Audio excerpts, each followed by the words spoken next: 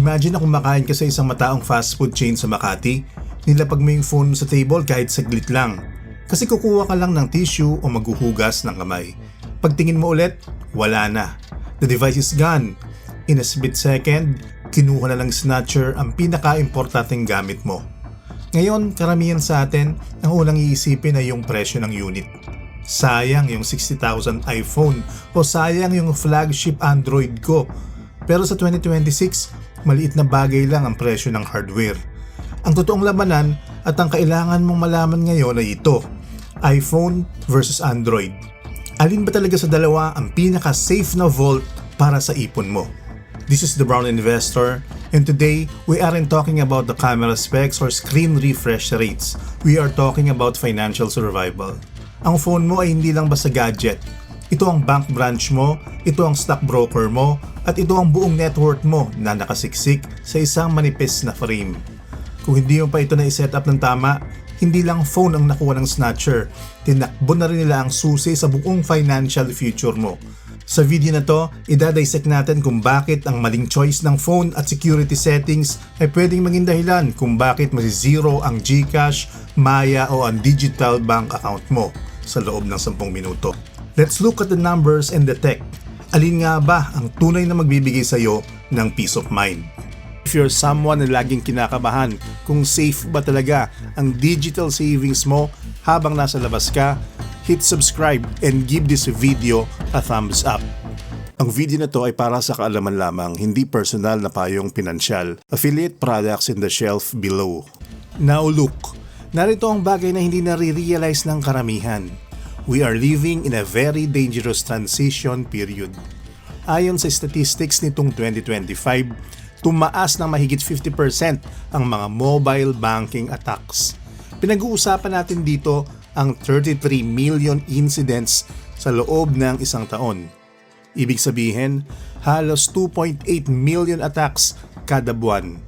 At bilang isang investor, kailangan mong itanong sa sarili mo, yung vault ba na gamit mo para sa trades at savings ko ay sapat na para labanan ng isang professional na magnanakaw? Nakikita ko tong pagkakamaling to lagi. Bibili ng phone based sa ganda ng camera o bilis ng screen, pero deadma lang sa security architecture. Para kang bumili ng mamahaling kotse pero hinayaan mong bukas ang pinto sa gitna ng panganib. Now you might be thinking, the Brown Investor, may PIN naman ako. May Face ID naman ako. Safe na to. Pero dito nagiging interesting at medyo nakakatakot. Pag-usapan natin ang math at psychology ng sandali. May tinatawag tayong cognitive ease. Gusto natin lahat madali. Gusto natin ma-unlock ang phone natin sa loob ng 0.5 seconds. Pero sa mundo ng security, convenience is the enemy of safety. Sa bawat step na pinapadali mo para sa sarili mo, pinapadali mo rin ang trabaho para sa mga hackers at snatchers. Tingnan natin ang totoong laban. iPhone versus Android ngayong 2026. Hindi ito usapang fanboy. It's a cold, hard risk assessment. Here's the thing tungkol sa iPhone. Ang philosophy ni Apple ay built sa isang walled garden. Sila ang may hawak ng hardware, software at ng App Store. Dahil sarado ang system nila, sobrang hirap para sa isang banking Trojan na maupo lang sa phone mo at i-record lahat ng tinatype mo. Nitong 2025, lumabas sa mga reports na halos 98% ng mobile malware ay galing sa Android devices. 98%. Nakakalula yung number na yan. Kung ikaw yung type ng investor na gusto lang ng set and forget it na security, ang iPhone is basically a pre-built bank vault. Pero teka muna, bago mag-exit ang mga Android fans, tingnan nyo ang kabilang side. Ang Android version 16 at version 17 ay naglabas ng tinatawag na private space. Dito na pumapasok ang clever psychology. Sa iPhone, kapag nakita ng snatcher yung passcode mo, eventually makakapasok sila sa mga apps mo. Pero sa isang high-end Android, pwede mong itago ang lahat ng financial apps mo sa isang encrypted layer na kailangan ng ibang biometric or PIN. Para ka may hidden safe sa loob ng main safe mo. Ito ang madalas na pagkakamali ng mga tao. Akala nila yung isa ay unhackable at yung isa naman ay vulnerable. Parehong mali. Here's what's actually happening. Ang iPhone ay pinoprotektahan ka mula sa mundo.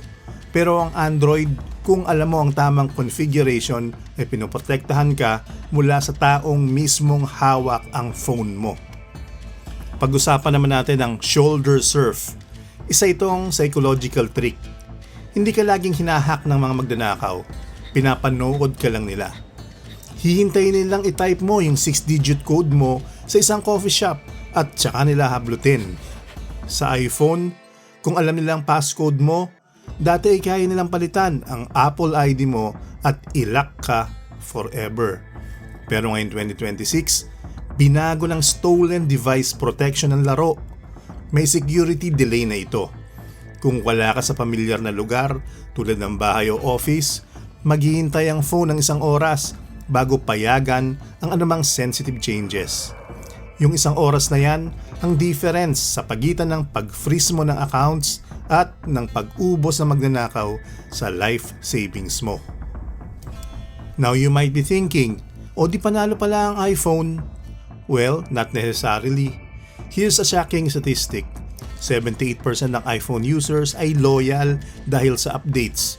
Pero halos 30% lang ng Android users ang gumagamit ng latest at pinaka-secure na version ng OS nila. Ito yung tinatawag nating fragmentation. Kung gumagamit ka ng 10,000 pesos na Android phone mula pa nung 3 taon para i-manage ang 500,000 na portfolio, naghahanap ka talaga ng sakit ng ulo. Para kang gumagamit ng screen door para protektahan ang isang gold mine.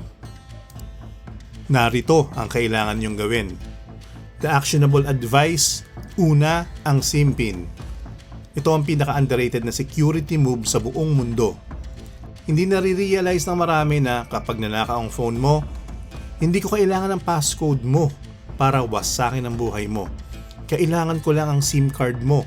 Isasalpak ko yung SIM mo sa phone ko, pupunta ako sa banking app, click forgot password at sa akin diretso ang OTP. Boom! Access granted. Kung may matutunan man kayo sa video na ito, pumunta kayo sa settings at mag-set ng SIM PIN. 30 seconds lang yan, pero pinapatay nyo ang pinakamalakas na weapon na magnanakaw. Pero bago mo gawin to, siguraduhin mo na nasa iyo pa rin yung PUK code nung binili mo yung SIM card. Kasi, ang PUK code lang ang tanging makakapag-open uli ng SIM mo kung sakaling ikaw mismo ang nalock. Pangalawa, kung Android user ka, i-audit mo ang mga side loading mo. Kung nag-download ka ng unlock o modded version ng mga apps, para mo na rin binigyan ng duplicate na susi ng bahay mo ang isang estranghero. Ngayong 2026, ang mga AI-powered malware ay sobrang tindi na. Kaya nilang magtago ng ilang buwan hanggang sa madetect nilang nag-open ka ng account na may malaking balance. Pangalawa, gamitin mo ang biological barrier, Face ID o ultrasonic fingerprint. Bakit? Kasi ang PIN ay kayang i-record ng CCTV camera o makita ng taong katabi mo. Ang mukha mo, hindi ganun kadali. Alam ko parang nakakapagod to lahat. Gusto mo lang naman mag-invest, palaguin ang pera mo at mabuhay ng payapa. Pero ito ang realidad ng pagiging investor sa digital age. Ikaw ang sarili mong bank manager. Walang security guard sa pinto ng phone mo. Ikaw lang at ang mga settings sa pinili mong i-enable. Now, para masagot ang tanong, Android versus iPhone, alin ang mas ligtas para sa GCash at Maya mo ngayong 2026? Here's the concrete answer. Kung ang pag-uusapan natin ay reaction speed, panalo ang Android. Bakit? Dahil sa AI theft detection sa loob ng 1 segundo. Habang tumatakbo pa lang ang snatcher, lock na ang phone mo. Di na kailangan maghintay ng 1 oras, protektado agad ang apps mo bago pa sila makalayo. Pero kung ang pag-uusapan natin ay deep security, panalo ang iPhone. Bakit? Dahil kahit makuha nila ang passcode mo, yung security delay ang magliligtas sa Apple ID mo. Hindi nila mapapalitan ng recovery info mo nang walang biometric scan at isang oras na paghihintay. So anong verdict ko? Kung ikaw ay isang investor na laging nasa labas, nagko-commute at expose ang phone sa publiko, mas may edge ka sa Android dahil sa AI kill switch. Pero kung ikaw ay high net worth na ang habol ay hindi mapasok ang buong ecosystem mo, kahit manakaw ang phone, iPhone is your fortress. Pero ito ang catch mga ka-investor. Kahit anong phone ang gamit mo, kung 0000 ang PIN mo at wala kang SIM lock, talo ka pa rin. Ang tech ay 50% lang ng laban. Yung 50% ay nasa disiplina mo. Ito pa rin ang The Brown Investor. I-secure ang inyong vault. Stay disciplined at kita-kits tayo sa susunod na video.